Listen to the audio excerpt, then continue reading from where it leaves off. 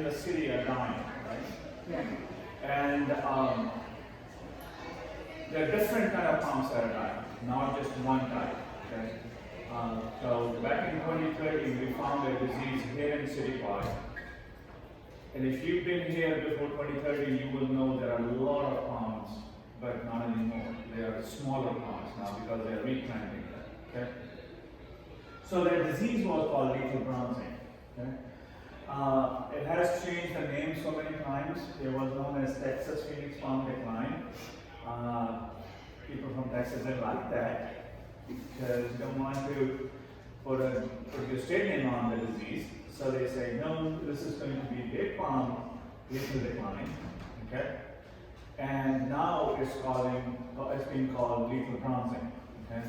The reason you can tell from the name of the disease is lethal. That means it's a terminal disease.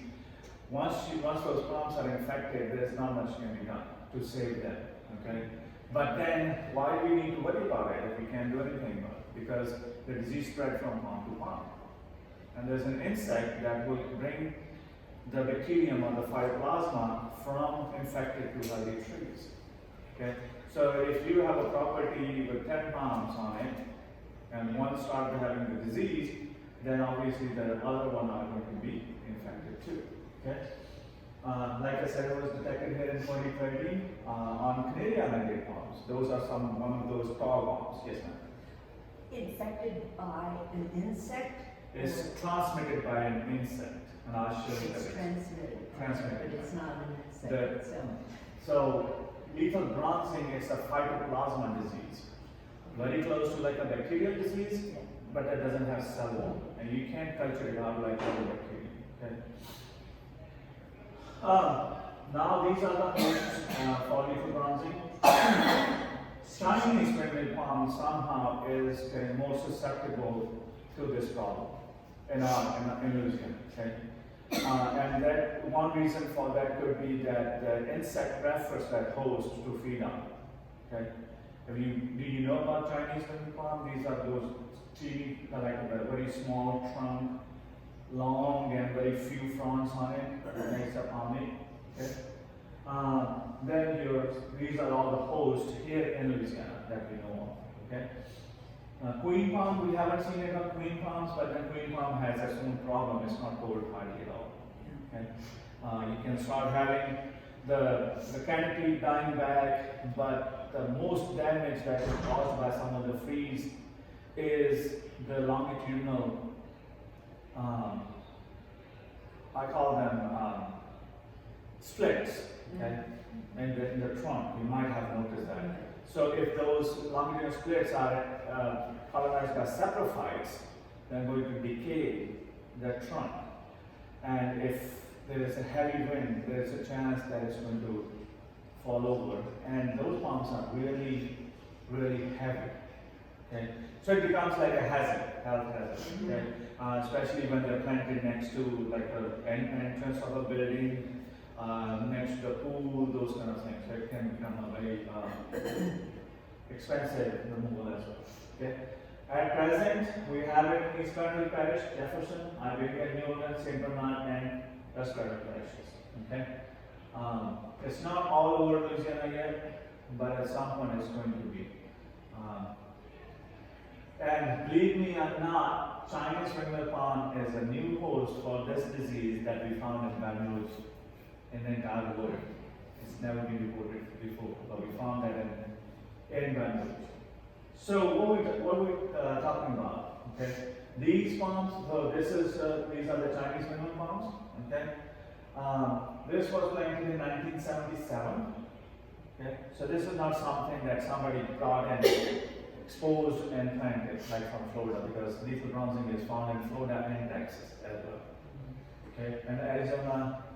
And I think lethal yellowing, a sister disease, made its way to California too.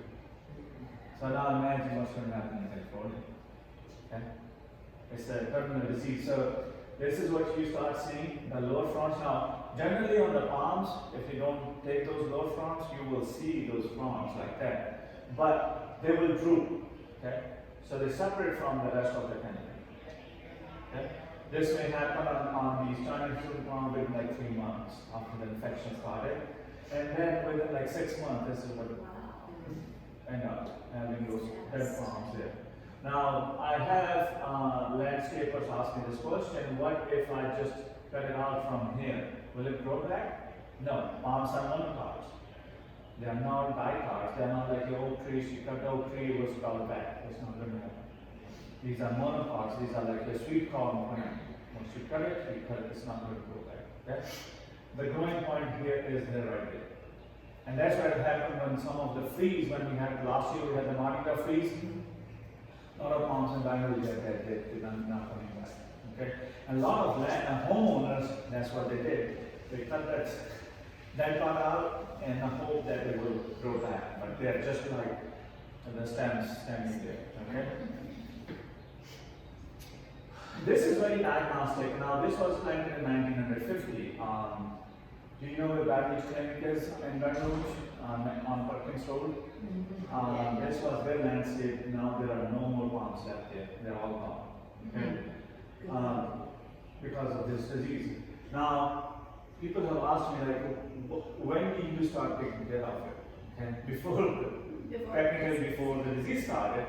But once the spear leaf, you know what spear leaf is? The most recent leaf in that frond, in that top canopy. Okay? So once that is dead, palm is dead. Okay? Because remember, the crown is supporting that leaf. When the crown is dead, that spear leaf is dead. Okay? So this is an indication if your spear leaf is dead, that means it's over. Okay? Now in this case, this is very, like, I would say, perfect storm here. Okay? You have healthy palms, you have red palms, and what's going to happen? These are going to get infected. Okay? The smaller ones are going to get infected too. Okay? And that's what happened in that parking lot. They're all gone. Okay? Alright, so these are in metric, okay? These palms, this is recent, very recent, like last year. Okay? Now, what do you see in this picture? Dead palms. So these are Canary Island palms. Now, freeze can cause this, but if it was freeze damage, then it won't spare this, right? This was also exposed to freeze damage, but it didn't do anything, so this tells you that this is a disease problem. Okay? Now, what do you see in the background? More palms. And those palms are not older palms. Okay? They were recently planted. Okay? Now, I'm sorry for this picture to be like that. This is a Mexican palm in the same neighborhood. Okay? This palm, you can see how canopy is kind of declining. Okay? The leaves are declining. We tested it, came positive for these palms. And these are newly planted palms. Okay? Again, I'm sorry for the picture sideways. These are recently planted. You can see these are planted very recently. Okay? We tested this palm, it came out positive. So this is one of the problems where removing and replanting is not going to solve the problem. The phytoplasma is not soil borne. It doesn't stay in the soil, but it has an insect that's going to affect it. Okay? So you said removing the palms is Okay, not we're enough. going to talk about Right, it. it's not enough. It's not enough. Okay. So what's been happening in that area or anywhere, like if you're on Carlton Avenue, North Carlton Avenue, you might see there are some new plant palms planted. Okay, that's where we took out all the Canary Island palms that had this disease to start with. Okay, so we first found it in City Park, and then moved from City Park to North Carlton Avenue, and then to Jefferson and St. Bernard, and now we have that in Bangalore as well. So if you have what I think is a Chinese windmill, it goes up, has the fronds at the top, but there's a whole bunch of fronds that have not been, they're dead, but they have not been pruned off. And it's still green at the top, that's fine. That's fine. Right, that's just needs pruning. That's just need pruning. And it doesn't spread by pruning. And what kind of It pruning? doesn't spread by pruning. By pruning, okay. So what's happening is now we know that the insect transmission is very effective in this case. Okay? So that's one of the reasons that we need to take care of our palms. This is the insect. It's a plant hopper, very small insect. Okay, you may not even see it with naked eye. And when it's up in the canopy feeding on it, it's very difficult to find it or spray it. Now, with the commercial landscapers or the park and park department, they may be able to spray for this insect, but homeowners, that's I would say the toughest job to spray these trees because they're tall. We don't have equipment to spray them. Okay, so it can be pretty, I would say, tricky when we're trying to deal with this insect. Okay, and systemic insecticide may be branchless while around it.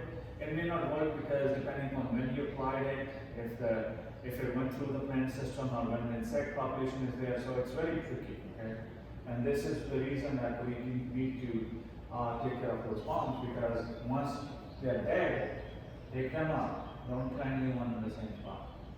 Okay? Because if they die, that means there is inoculum in the neighborhood and the insect can bring it back. Now remember, the smaller the palm, the highly susceptible to this disease. They're like little kids. So when you send them to daycare, next day they can get infection. Okay? So it's the same thing, like the smaller they are, they're highly susceptible to that. Now in the smaller palms, they may not show the symptoms, just die. Okay, that's not good. So you can't actually, like, take them out, and you can't treat the area, so You that, don't have to treat the area because it's not living in the soil. It's just living in the palms. But what I'm saying, if you treated the soil with whatever that would kill the bug, wouldn't it go up into the tree? So and then it's kill like it? not 100% effective. The treatment is not 100% effective. And that's what I was gonna ask, do the bugs come down into the They soil? can feed on some of the grasses underneath these palms. Yeah. I don't have a complete list, but some of these grasses like the lawns, they can feed on that. Okay? Do they invade other plants? Or Say that just- again? Do they invade or other plants or The just, disease or just the the palm? hopper, the plant hopper. Yes, like I said, they can feed on the grasses underneath. So- Like the low vegetation. Do they go to sago palms? Sago palm is not even a palm. It's a cycad. It's a what? It's a cycad. CYCAD. It's called sago palm just for a common name, but that's a misleading name. Okay, sago palm is not actually a true palm. It's just like because of the leaves they come out like palms. It's a cycad. CYCAD. That's the name of the family. That's it. Yeah. Yes. All right, so I understand that the bug is the vector. Exactly where is it carrying the disease? Is it, So the insect, it has a beak to it, okay? And they feed on the phloem. That's where the food is flowing from the top to the roots. Okay? Xylem is where the water and nutrients are flowing. Okay? So they feed on the phloem channels, okay? And when they're feeding on the phloem channels, they pick up the bacterium or phytoplasma in their body, keep it inside. Once they are infected, they stay infected for the rest of their life. It's not readily transmitted, so the babies don't have it. But the adults, they stay like infective for a long time. And how long do they live? Depending upon the temperature, anywhere from like 30 to 45 days. They can have multiple life cycles throughout the year. So who are you gonna call? call the red man? This is the current distribution, as I told you. Okay, this area is heavily infested. Now we are seeing it in Baton Rouge and East Baton Rouge and Port Allen area, okay, and then New Orleans. The jump. Okay, so and I have seen like we might be missing some in the center, but I have seen those palms being brought in from different directions on island, and there's no tracking where they're coming from. Well, you've got water, and you've got ports too. Yeah.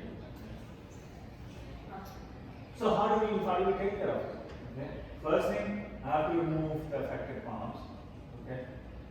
If you are allowed to burn them, or just chop them up and put them for the landfill. Okay. And then this is the product called Oxy Tetracycline hydrochloride.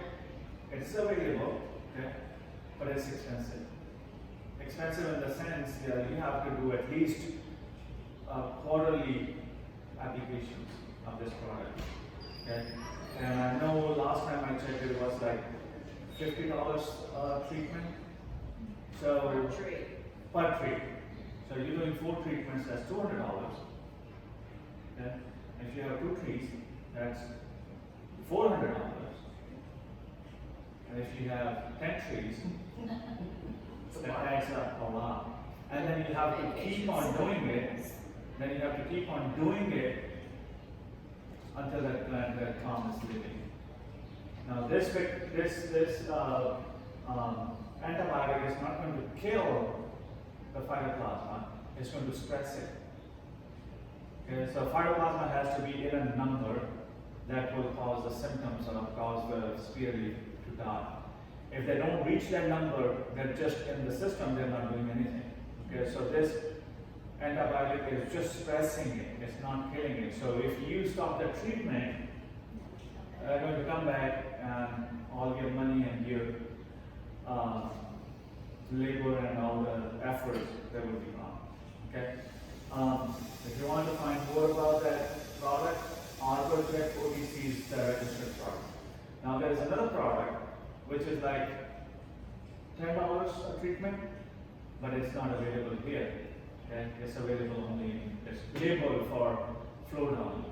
For what? Florida? Florida. Florida State. It's a good figure. Yeah. Because they have a lot of palms over there. When we first wanted in 2013, we had a grant that we did survey New Orleans, Jefferson, St. Bernard, where we went from like City Park out doing a delimpiting survey. Okay, and we found out that your Canary Island palm are highly susceptible. Okay, followed by your medjool palm. We didn't test any. We tested some of the queen palms, but they were negative. Okay. And we tested some of the cabbage palms that we tested, they came out negative. Okay. Now, one of the, it's a personal observation. What I think the cabbage palm seems to be more resistant to this or tolerant to this disease because it's native. Okay. It can withstand those abiotic stresses like cold and freeze, all those kind of things. And so that could be the reason that it's not stressed out. Because all of the palms are non-native palms, like Canary Island date palm, it came from Canary Islands, okay? Queen palm is non-native, medjool palm is non-native, Chinese penguin palm is non-native.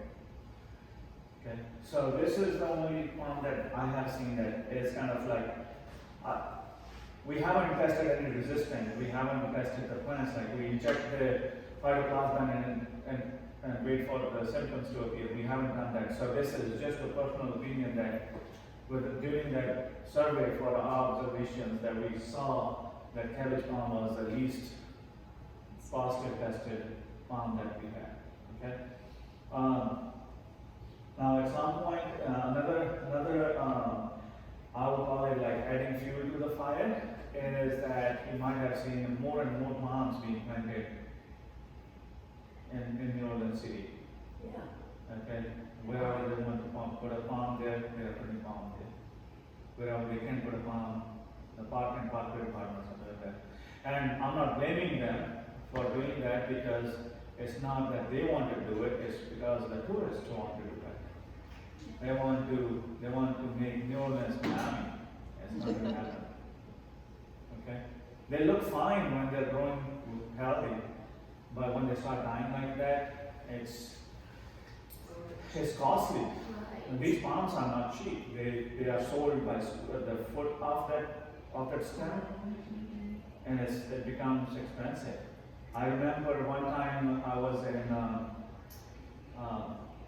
La Fourche Parish, okay, big house, palms planted, maybe on one died on one side.